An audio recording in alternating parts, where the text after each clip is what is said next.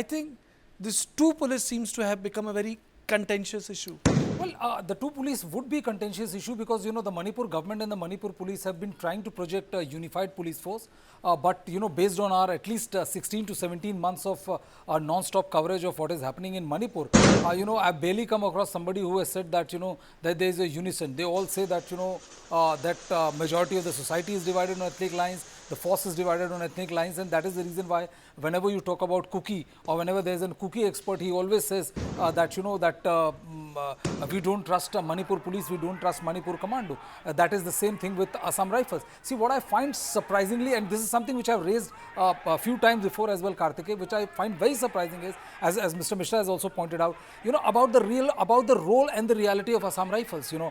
Because it just cannot be that that you have deployed such high number of Assam Rifles, which was never in contention before, or their role was never in doubt before. All of a sudden, they have become the villain of the piece. I know that Lieutenant General, who was a former DG Rifles, they gave you a detailed explanation of no, don't see it in this way or don't see it in that way. But the reality is that, like, other than the way it has to be seen, there is no other way to look at it. I agree that they have been sent to JNK, but were they sent out of their own? No. A lot of doubts were put on about their role, and which is very, very surprising. That if forget Cookie and Maitais, even the forces are divided. Like Mr. Mishra is saying that Assam Rifles is not capable of guarding the borders. The other people are saying the same thing about the BSF and other things. So it is a very strange collection of very uncomfortable things which are staring at you, and unfortunately nobody is giving you a very clear answer or painting a correct picture as to exactly what is happening there. Okay, Suhas.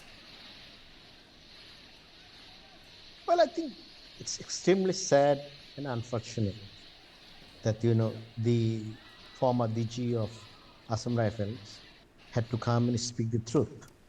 And when a person like Gen Nair speaks after serving in the area, and if that's the ground reality, I mean, one actually wonders whether this country or this government has any priority at all. I mean, if you had listened to his entire interview, he was already briefing, and New Delhi possibly knows about the implications from Myanmar, that from an ethnic conflict, from local riots, it became a national security issue. Still nobody is taking into consideration, and the immediate reaction which came from the Manipur police, it's a scam, and it's a scandal. I mean, it's hard to find a human being among the Métis and the Cookies, because they first identify not as a human being, but first as a Métis and Cookie, and it cuts across the sector. It's not only police, and because the situation had, or the ethnic conflict had such an impact. Now, after 16, 17 months, if you are not able to read between the lines that there was basically no cooperation whatsoever between the Assam Rifles and the Manipur Police, then you can imagine that there is not going to be any improvement of the situation, and we have come to a situation where the Manipur continues to burn, and the chief minister even has the audacity to go and tell the governor that give me the authority and I'll take care of the law and order situation, which would basically invite a bigger problem, because in that case the partisanship which General Nair had mentioned will come into play. I mean, then I think it shows in a way that the center is actually not able to resolve the Manipur problem, and will not be able to resolve the Manipur problem in the near future, because it's a rare time, rare thing for a general who just saw comes out and speaks what he actually saw it.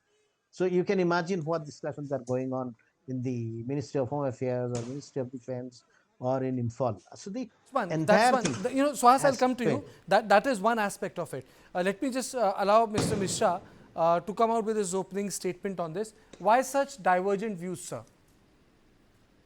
Karthike, I have gone completely through your discussion with the ex-Director General of Assam Rifles, no doubt. Assam Rifles, they have done a good job in Manipur.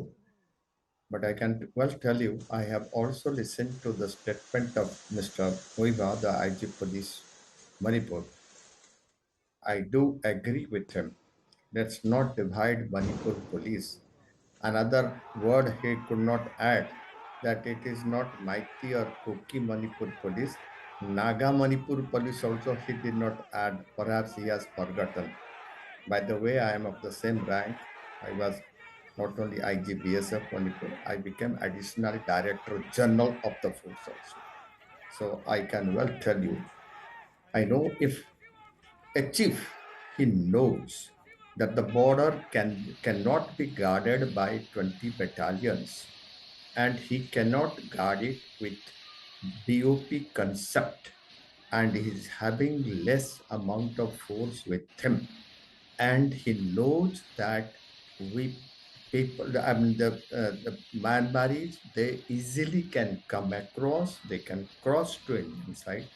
He knows that the drones and weapons can come to India, to Manipur from Myanmar easily.